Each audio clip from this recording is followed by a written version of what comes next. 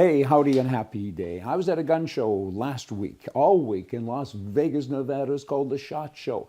It's a big deal. 60,000 people attend the show. It's not open to the public. It's just for buyers like Walmart and Target and Canadian Tire and stores like that. They send their buyers in and they sit down. They've all got desks and tables and so on, and they fill out the order. And, like a Walmart says, I've got 3,000 stores and I want to have 10 of this in each store. Like, it's a big deal. And there's over 14 acres of booths and close to 3,000 booths selling guns, of course, but knives and slingshots and bow and arrows and ammunition and clothing as well. Smith & Wesson has a clothing line, and there's safes, and it's overwhelming. When you walk around, you look at all this stuff, and they give away hats. I mean, Winchester, I got a hat from Winchester. I got hats from Smith & Wesson and so many other people. And I made a special trip over to the SARS booth just to thank them, because every year they have the big bags that they make. They make hundreds of thousands of them a year because many people take many bags. And when I thanked them for it, they were kind of impressed. They said, nobody thanks us. They just assume that it will happen every year. So they gave me a hat as well. I got lots of hats. On cold days, I'll be in fine shape. The firearm industry, even if you don't like guns, you have to recognize the economics of it. More than $100 billion a year. That's the industry. More than 10,000 jobs just in America, and Canada has so many, as do other countries.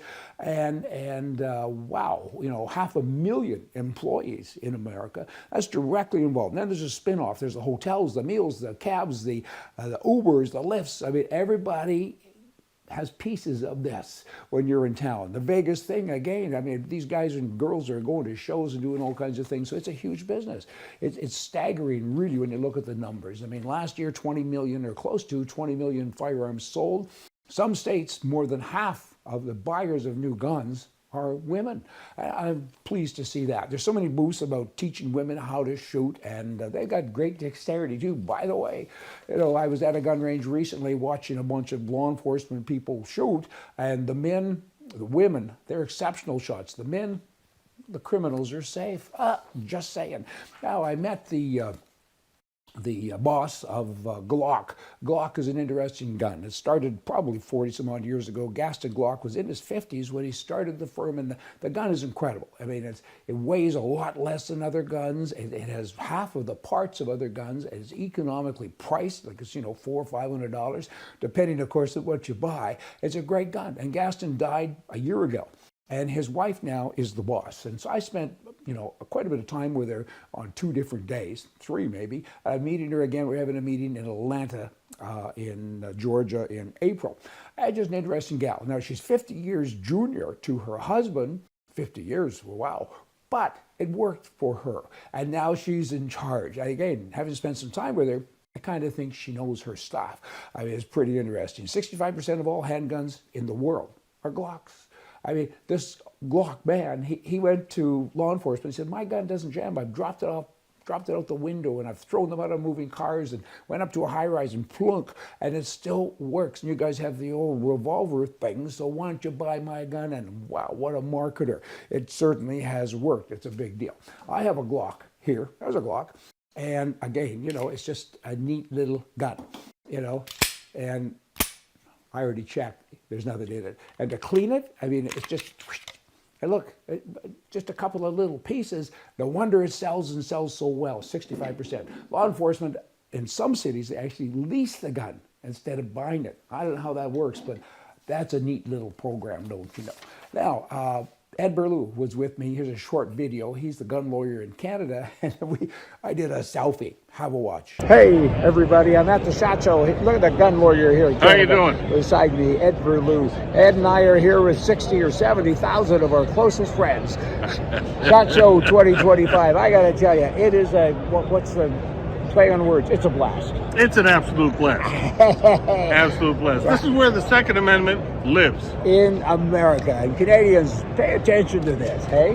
Definitely. Hey. You can all be jealous. Okay. Have a look around. I'll give you a fast boo.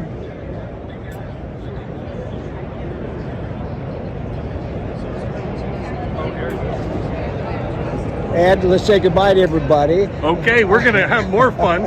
And you guys, stay safe and buy more guns. When the government tells you shouldn't have a gun in Canada, particularly, buy 3. Good idea. Okay. I would. Two old guys wandering around talking to Americans about the Second Amendment. That's kind of fun.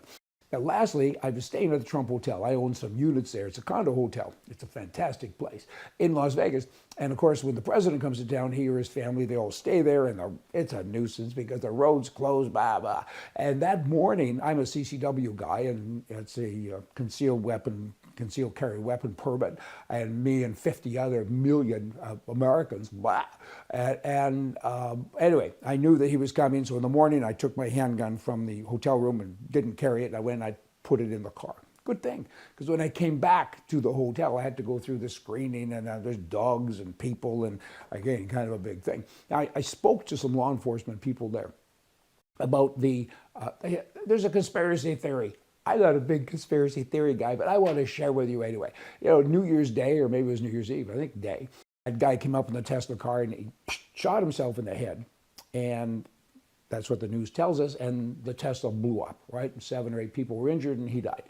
Well, the theory is that didn't happen that way, but because he's a Trump supporter, he's a war hero. He had some issues, some shell shock, we all get that, but by all accounts, he was a great guy. And how is this possible that he did that? So the conspiracy theory is that he was murdered at another location, put into the Tesla, and the Tesla was driven by remote control to Trump, and somebody pressed the button hoping to cause a bunch of damage. Anyway, I'm just sharing stuff with you. Gossip, who cares, who knows? But it's kind of interesting to have some people that supposedly are in the know kind of come up with stories like this. So there's your conspiracy stuff for the day. Y'all come back, and guns, if the government tells you you can't own a gun, as I said in that video, that means you got to go out and buy 3. I said 3. By 33, because governments that don't trust their own people, they don't have a right to take away your right, because it is your right to defend your life and to have a gun if you want to go out and go plinkety plink. It's your right. Boomity boomity boom boom. Hey, y'all come back. See ya.